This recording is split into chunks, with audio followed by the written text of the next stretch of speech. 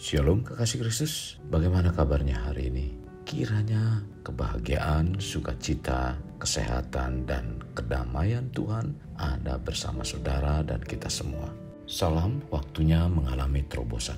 Hari ini saya berharap kita semua tetap untuk memiliki iman dan pengharapan dalam Yesus. Untuk itu kita tetap melekat dalam Tuhan melalui renungan hari ini, agar apa yang kita perbuat dalam Tuhan tidak sia-sia. Mari kita berdoa. Tuhan Yesus, terima kasih buat kesempatan dan waktu yang luar biasa yang Kau berikan dalam kehidupan kami. Biarlah hati kami, pikiran kami terus disirami dengan kebenaran firman-Mu, sehingga firman-Mu semakin terus berakar dalam kehidupan kami, dan firman Tuhanlah yang menggerakkan kehidupan kami, di mana kami terus dituntun dan dibawa untuk menjalani kehidupan agar apa yang Tuhan perintahkan menjadi satu bagian dalam kehidupan kami, sehingga kami orang-orang yang senantiasa berkenan di hadapan-Mu Tuhan. Terima kasih Tuhan Yesus, terima kasih. Pimpin kami supaya kami menjadi pribadi-pribadi yang bermakna di hadapan-Mu Tuhan. Dalam nama Tuhan Yesus kami berdoa, amin. Melekat dalam Tuhan bertema tidak sia-sia. Firman Tuhan terdapat dalam 1 Korintus 15 ayat 58. Demikian firman Tuhan. Karena itu, saudara-saudaraku yang kekasih, berdirilah teguh, jangan goyah, dan giatlah selalu dalam pekerjaan Tuhan. Sebab kamu tahu bahwa dalam persekutuan dengan Tuhan, jerih payahmu tidak sia-sia. Salah satu kata paling melemahkan dalam kehidupan yang akan menghentikan setiap langkah, melemahkan semua motivasi untuk berjuang dan hasrat untuk melakukan semua yang hal baik adalah kata sia-sia. Kata sia-sia ini mewakili kata tentang percuma, tidak ada gunanya. Mungkin kita kerap mendengar seorang berkata, sia-sia berdoa, sia-sia bekerja keras, sia-sia jadi orang baik, sia-sia hidup sungguh-sungguh mengasihi Tuhan, sia-sia melayani Tuhan. Hal ini berbeda dengan apa yang dihadapi oleh Paulus dalam pelayanannya di Tesalonika.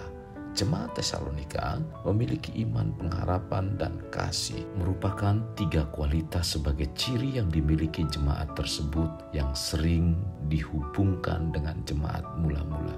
Firman Tuhan memberi sebuah nasihat yang sangat penting untuk kita, dan nasihat itu sangat relevan dengan kondisi-kondisi hari ini saat kita menghadapi kehidupan yang penuh tantangan dan perjuangan.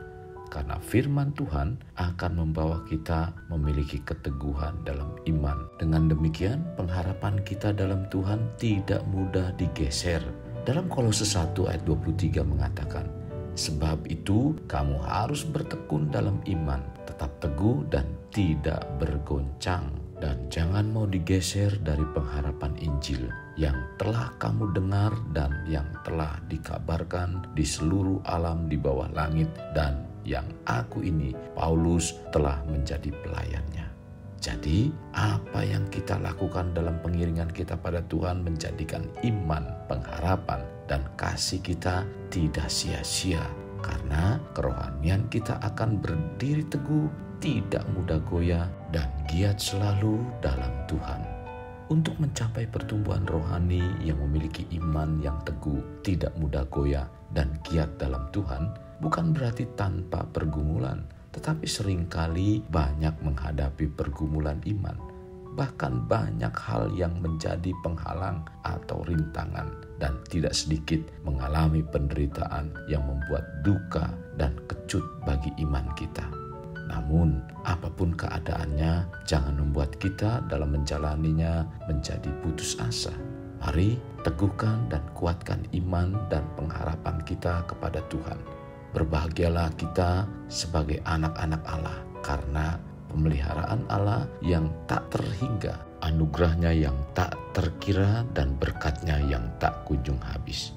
Sepatutnya setiap orang percaya memiliki pengharapan yang tak berkesudahan di dalam Tuhan yang dipercayainya. Mari jadikan hidup kita untuk tidak pernah berhenti mengasihi Tuhan, memiliki iman dan pengharapan yang tidak pernah pudar kepada Allah. Percayalah, semua yang kita telah kerjakan berdasarkan firman Tuhan tidak sia-sia. Kekasih Kristus, saat kita memiliki iman dalam Yesus, Dia sudah mengambil alih semua yang seharusnya ditanggungkan pada kita. Tetapi Yesuslah yang menanggungnya sampai mengalami penderitaan di kayu salib. Melalui kematiannya di kayu salib, sesungguhnya Yesus telah meremukkan kepala iblis. Karena kematian Yesus menebus manusia yang berdosa dan kebangkitannya membawa setiap orang yang percaya dan menerima Yesus sebagai juru selamat memperoleh keselamatan. Memang hidup di dunia sekalipun orang percaya Tuhan tidak akan luput dari berbagai penderitaan seperti kemiskinan dan penyakit. Tetapi mereka mempunyai harapan untuk masa depan, yaitu hidup kekal di surga. Menerima hidup kekal di surga bukanlah tawaran manis bagi pengikut Kristus semata, di mana mereka membayangkan tentang indahnya kehidupan di surga yang tidak ada duka. Hal ini dijanjikan Tuhan sekalipun di antara kita belum pernah ada yang pergi ke sana. Tentunya bagi kita tetap percaya bahwa itu dipersiapkan oleh Yesus sebagaimana yang disampaikan dalam Yohanes 14 ayat 1 sampai dengan 2. Janganlah gelisah hatimu, percayalah kepada Allah, percayalah juga kepadaku. Di rumah Bapakku banyak tempat tinggal. Jika tidak demikian, tentu aku akan mengatakannya kepadamu. Sebab aku pergi ke situ untuk menyediakan tempat bagimu. Selagi kita masih di dunia, kita yang percaya tentu saja hanya dapat membayangkan bagaimana indahnya kehidupan di surga, di mana tidak ada lagi tangis dan duka. Tetapi hidup dalam surga haruslah diyakini dengan iman selama masih hidup di dunia. Memang untuk mencapai itu tidak mudah, apalagi dengan adanya berbagai masalah hidup. Jangan mudah goyah karena masalah. Bila goyah dan tenggelam, apalagi terhanyut, itu dapat menghilangkan harapan kita. Lalu bagaimana jika harapan untuk hidup kekal itu ternyata tidak ada? Bukankah iman kita akan menjadi sia-sia? Untunglah bahwa hidup kekal memang benar-benar ada karena Yesus yang sudah mengalahkan kematian. Kenyataan itu tidak akan berubah. Di hari Paskah atau kebangkitan Yesus ini, kita merayakan kemenangan Yesus atas iblis dan atas maut. Dan karena itu, kepercayaan kita tidaklah sia-sia. Kekasih Kristus, mari kita alami terobosan hidup. Untuk mengalaminya, mulailah dengan mengenal prinsip-prinsip kerajaan Allah serta menjadi warga kerajaan.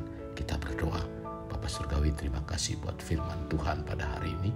Biarlah firman-Mu terus makin bertumbuh dalam kehidupan kami dan terus makin menghasilkan buah-buah yang baik, yang manis untuk hormat kemuliaan nama-Mu.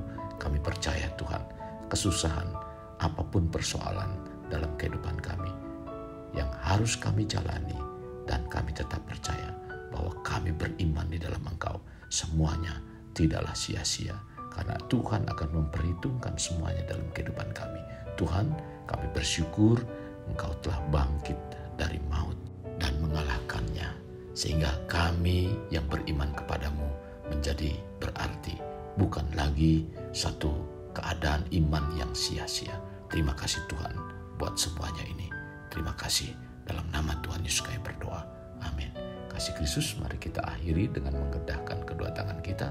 Terimalah anugerah berkat dari Allah Bapa, kasih sayang daripada Yesus Kristus, dan persekutuan dengan Roh Kudus yang mencurahkan berkat secara rohani, berkat secara jasmani, dan berkat secara ekonomi, di mana berkat Abraham, berkat Ishak, berkat Yakub dicurahkan dan dilimpahkan dari saat sekarang sampai Maranatha tiba, dalam nama Tuhan Yesus. Amin. Sampai jumpa di renungan berikutnya. Tuhan Yesus memberkati. Jangan lupa like, share, dan subscribe.